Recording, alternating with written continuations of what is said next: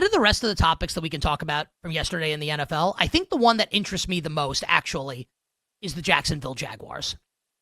So Jacksonville loses yesterday to the Bengals, 27-24, and it's a pretty unforgivable loss, given that Joe Burrow didn't play the second half of the game, was hurt in the first half, and Jake Browning comes in and threw 3 interceptions, and they lost. And there's a variety of factors at play here for why Jacksonville lost the game. You had the defense collapsing at the very end, of course, on the final drive. You had Trevor Lawrence, who we correctly identified last week as, despite the margin of victory in Week 1, 26-10 against the Panthers, Trevor Lawrence did not play great in that game. And Lawrence did miss some throws yesterday, on Sunday, in the loss to Cincinnati.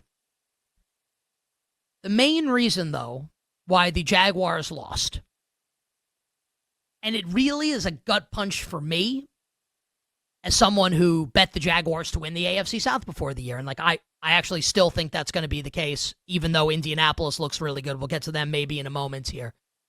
The reason why I like Jacksonville and why I thought the Jaguars had this upside was the receiving core, specifically Brian Thomas Jr. and Travis Hunter. Hunter has been underwhelming, to say the least, to start his NFL career, both as a receiver and a corner. Had a huge defensive pass interference penalty called against him on what was ultimately the game-winning drive for Cincy, and has yet to break anything resembling a big play. He's like Wan'Dale Robinson almost. Like 6 for 33. He hasn't done anything yet.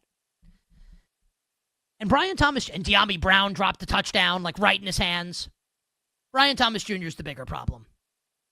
Brian Thomas Jr. might be like the worst receiver in the NFL through 2 weeks.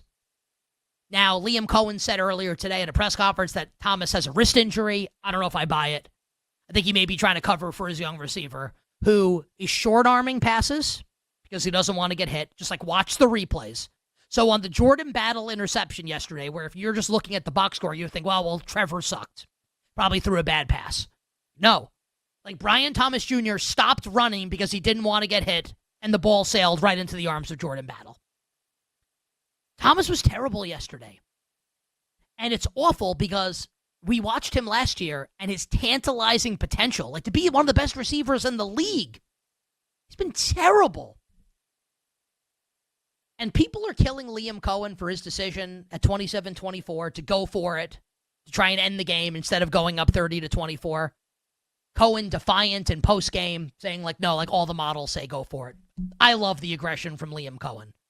You have a franchise quarterback you're paying a bleep ton of money to, go in, and a great receiving core, at least on paper, go win the game.